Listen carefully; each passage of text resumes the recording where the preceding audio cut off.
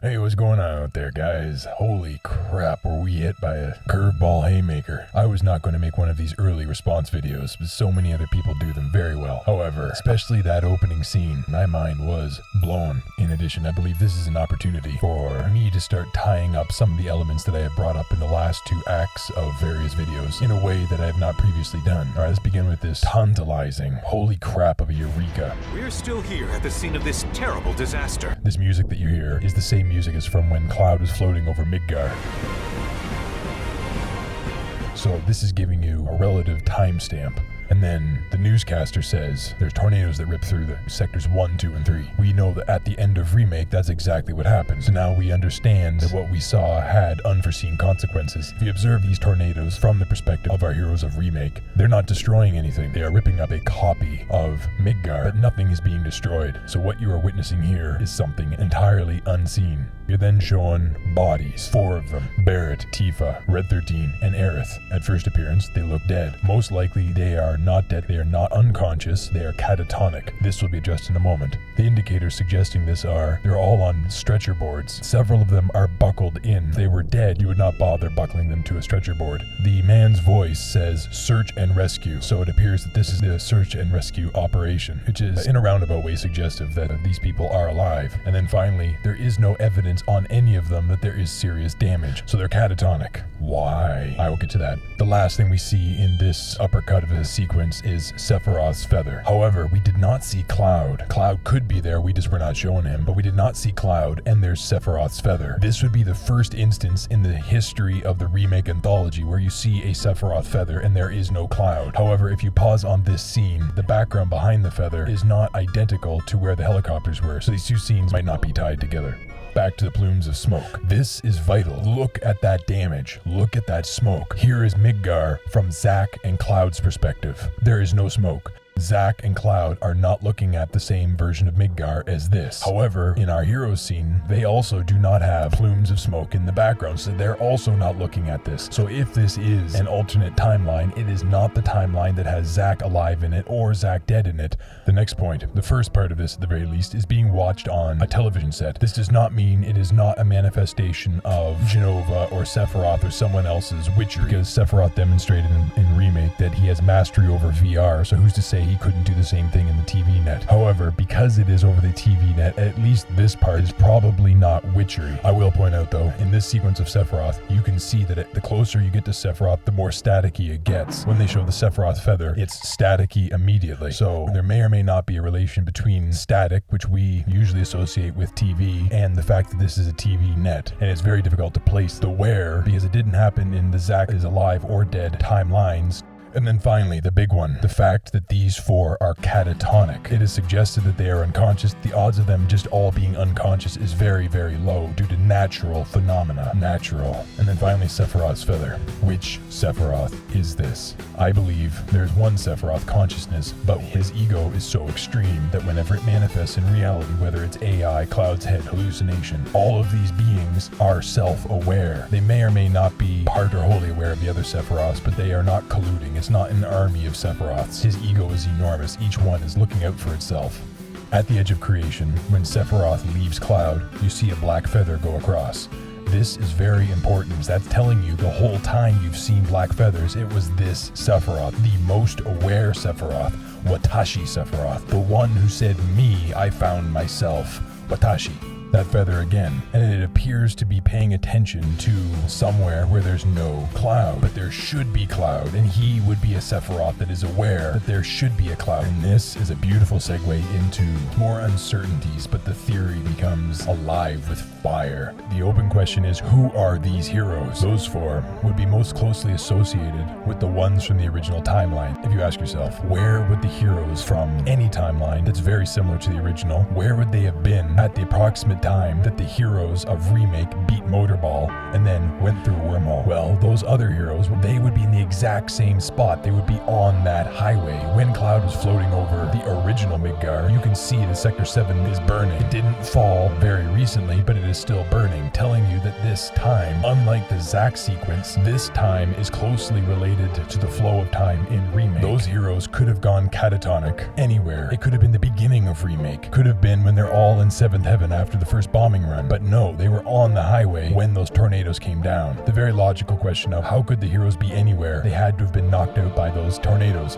The tornadoes had nothing to do with them being catatonic. The heroes could have been anywhere and they would have been stripped of their consciousness. Why? In the singularity, there can only be one. Enormous consequences. And this is also why you don't see Cloud. Because where's Cloud? He's with Zack. Why was there explosion around Midgar that only affected those two? Because now you have a person who somehow embodied dually. Not even Edge of Creation Sephiroth can do that. And he's borderline godlike. The only other person in creation who can embody dually like that is Jenova. But that's because she's not from creation. This will also help explain why is it that reality literally shifts when they pass each other. And why does a storm brew when their timelines continue to converge? The heroes were there, and then all of these memories, timelines, whatever you want to call them, were rammed together. Cloud was not with them. Cloud was with Zack. And then these four had their consciousness stripped. And finally, when you're looking at the big scene, a golden orb enters him and he opens his eyes. Why was he not already awake? Why was he able to regain consciousness when something entered him? And it has been my belief for a while that that was Biggs from another timeline entering Biggs, and he awakes because the consciousness had a body to go into. Something to that effect is what's happening. There can only be one. That's why they're catatonic. There can only be one. This is why Edge of Creation Sephiroth appears when the Whispers are creating a singularity, a space-time bridge. Why did that Sephiroth, the most enlightened Sephiroth, not show up beforehand? Because he couldn't. What is the heart-wrenching follow-up question? What's going to happen to those four? We know from Remake and from Intergrade that they look at the security cams, so Shinra knows who those four are, and if not, they will figure it out very quickly. Let the prayers be that Rufus is the one who takes them, and not the mad scientist. Final question I came up with was, so if this disaster is not happening from Zack's perspective or from Aerith's perspective, then when is this? Where is this? From the perspective of T-0, and I call that the orb explosion. Because before the orb explosion, in Zack's timeline, it was day, but we see with Rufus, it's night. But then it seems that time from one perspective moved a lot faster, and then you have the orb explosion, which is a mutual experience. Now their times tee up. The big question is, well, when will this be experienced from the people of Midgar? Rufus, Zack, Cloud, because from T-0 they already should have. Well, in the same way that we see all of these experiences coming together, but not all at once, it's possible that from Zack's perspective that might be experienced the next day, when it should have happened yesterday, relative to the heroes of Remake. Imagine, instead of having an eye, you have a star, and all of these lines of the star are coalescing on a point, and then that point shoots straight up, and that's the common present moment that everybody agrees on. Until you get to that singular point, everybody is a certain distance away from it, and nobody agrees on when things are until they're all at that point. Something to that effect is exactly what we witness in the closing scenes of Remake. So that's all of the science-y fiction mumbo-jumbo, but now to the important part. What is this telling you? This tragic sequence. There are serious, massive consequences. Everything that happened in Remake, it has just been dialed up a level, and they're unanticipated consequences. This means every step of the journey in Rebirth, you don't know who it's going to affect. This is the nature of butterfly effects. This really is a gut punch, and then it cuts to the unknown journey continues, and then we move into pure beauty. Wow, just look at it all. It's so green. Even after everything we've done to it, it's still going strong. Where is this? That so much damage has been done to elicit such a response from her. Aerith's statement is so cryptic. And then what appears to be immediately following, you have Red 13 responding saying, but in reality, which has huge implications. It may look that way, but in reality, it's barely hanging on.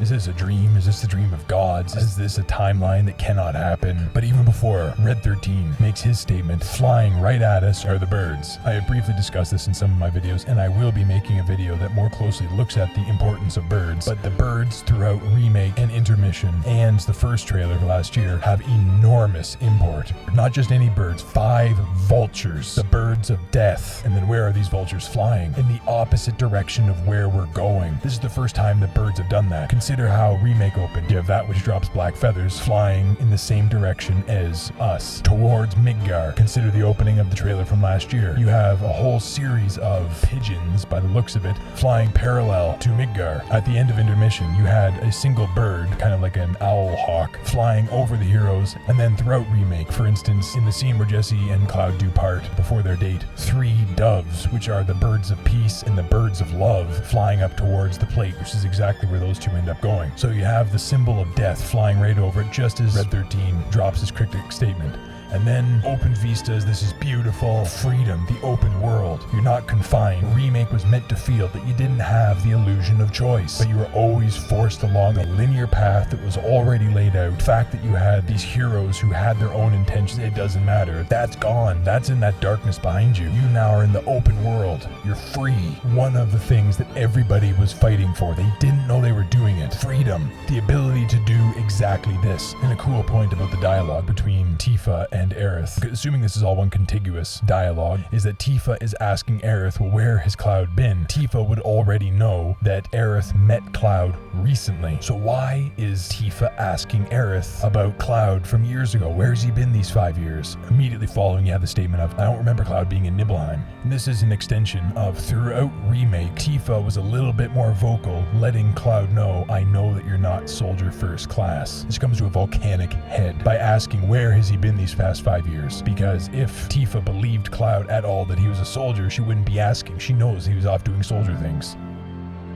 There's some very key points to take away from the Bugenhagen dialogue. 1, the opening still. You see white. Why is that white there? It's not a star. And in the original, there was a black hole. The black hole could still be there, just in a different spot, but instead you see what could be a white hole. A white hole means only information exits. Black hole means only information enters. By itself, it's just a white dot. But when you start taking into consideration all of the other factors, it starts to become a bit more ominous. The second big point is, in the original, Bugenhagen did not say that the life stream comes from the mother star. It might have been covered in Dirge. I never played Dirge, I don't know. But Bugenhagen didn't say that. It was the discussion about the life stream of Gaia. That the life stream comes from the star itself is an indication to your subconscious that this is part of something much bigger than Gaia. So the fact that Cloud and Sephiroth sat between creation and something that's not creation, and Jenova defies everything that is creation. She's capable of speaking. She's capable of understanding people, sometimes better than they understand themselves, but she has no self. That's impossible in creation. However, that's all mental candy unless you're dealing with a situation that encompasses more than Gaia. We then hear Rufus talking about what I believe to be the hooded men. Key point here. Rufus says that Hojo told him they are related to Sephiroth. This could be nothing. It could be Rufus just shortening a conversation. However, it's also possible that Hojo is not telling Rufus the whole truth. Hojo is very aware of the nature of those hooded men. So it's possible there is a discontinuity in leadership. We move through a series of tantalizing scenes. We are dropped upon Yuffie. It appears to be the ship that the heroes will be on after Junyun, but we don't know. She's running, saying, get her away from me. This is critical. Get her away from me, not him or it. We also see Cloud touching his head, leading me to believe that Jenova was inside their heads. Now, what could Jenova do to Yuffie to make her react like that? Yuffie's one meaningful connection that we saw is Sonnen. She broke down screaming and crying, and a huge part of that was Sonnen dead. I believe Jenova looked inside her head and then appeared as Sonnen. Another very key point, look at this Jenova. We have not seen this Jenova before, but more importantly, look at this Jenova. This is the Jenova from Remake. It's the same sort of devil mask. One eye is not covered up. The only time we saw this Jenova of Final Fantasy VII was right at the end. That Jenova is continuing to evolve. Compare this to the Jenova Sephiroth, parasitical symbiosis, Harbinger. This is the Jenova that you fight throughout the original with the growth on the right side of the head. This is the Jenova that Sephiroth pulled from the tank with one of the eyes covered. That Jenova is stuck in a memory, in a singularity. There's no gravity, there's no time, it's not moving forward, it's effectively a memory. It's all the same Jenova, but Jenova is evolving. They say she's a monster, that she can peer inside you, into the very depths of your soul, that she can become those you hate, those you fear, those you love.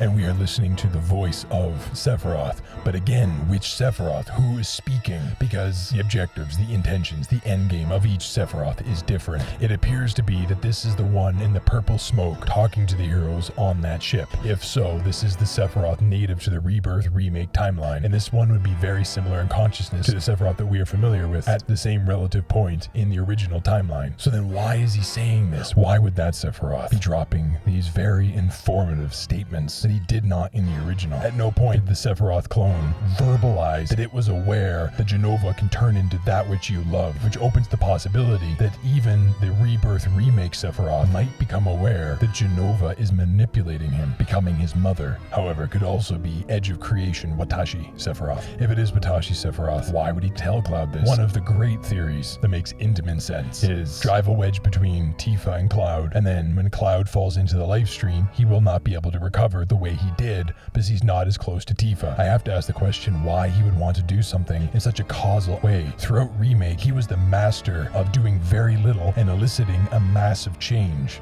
That's Sephiroth. When he took Cloud to the edge of creation and called himself Watashi, what did he do?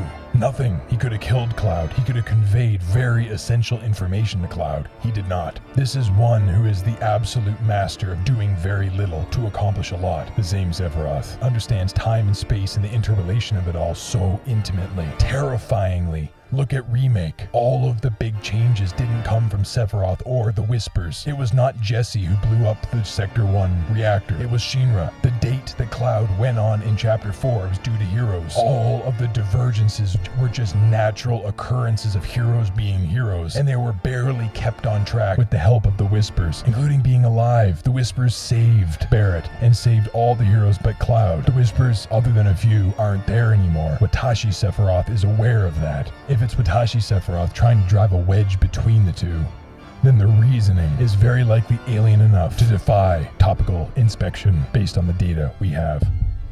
In this scene, that could be a Cloud clone. This could also be a hallucination. If you remember from Chapter 13, when Cloud's looking into one of the tanks in Deep Ground, he sees himself. It's not himself, he's hallucinating it. It could be the same thing here. It could be a hallucination purposely created by one of the Sephiroths or Jenova. And then finally, we started in darkness and trauma, we finish in darkness and trauma, as Sephiroth reminds us that whether or not he's a puppet, he's not a good guy. In the Japanese version of the trailer, he specifically says who he killed. If you add this into what was said in the trailer from a year ago where Tifa says, "What do you mean? That I died? That I'm some kind of imposter?" It does start to line up that one of the Sephiroths is trying to drive a wedge between Cloud and Tifa. It does seem like that's what Sephiroth's trying to do. However, could be something much bigger at play here. What is one of the open questions that was never explained about the original? How was Cloud able to defeat Sephiroth? He was not experimented on yet. As far as we know, he was a regular human with some soldier training. He had a sword stuck through him, and he beat Sephiroth. Cloud did the impossible. Sephiroth said impossible, as Cloud defeated him and threw him into the life stream. Crisis Core. What happened? How could it have gone the way people remember? It could be that all along there's something we don't know. Not that Tifa died. That's a very hard thing to explain. Who was the Tifa that we knew in the original? Who was the Tifa that helped defeat Jenova, the Harbinger? This is the same Cloud who, when remembering Zack's death in the original, as he's screaming at the sky and is raining, Sector 7 has fallen. But it had not fallen yet. It's not that it's not an accurate memory, it's just the nature of memory. So what is going on? And then you start taking into account all of this static. It's starting to question, well, what is it you think is real? What is it you think actually happened? Which timeline are you talking about? Which memory? All realities are interrelated and connected. That's why rain fell in the Sector 5 church when Zack died, because everything is connected. The remake began in the clouds and ended in the clouds. That sequence of how did Cloud defeat Sephiroth, what actually happened, becomes very ominous. In closing, how did this trailer end the exact way it started, in darkness and horror? Yet all of this open freedom, everything that the heroes were fighting for, and it ends with Sephiroth in darkness and loss. Almost as if all of that freedom is but an illusion. This has nothing to do with the causal linearity of the plot. This is just that foreboding sense as we enter a gathering storm, with enormous consequences. Imagination adventurers, that's all I have in this rant. I will be delving deeper into these points at a later time. So au revoir, my friends.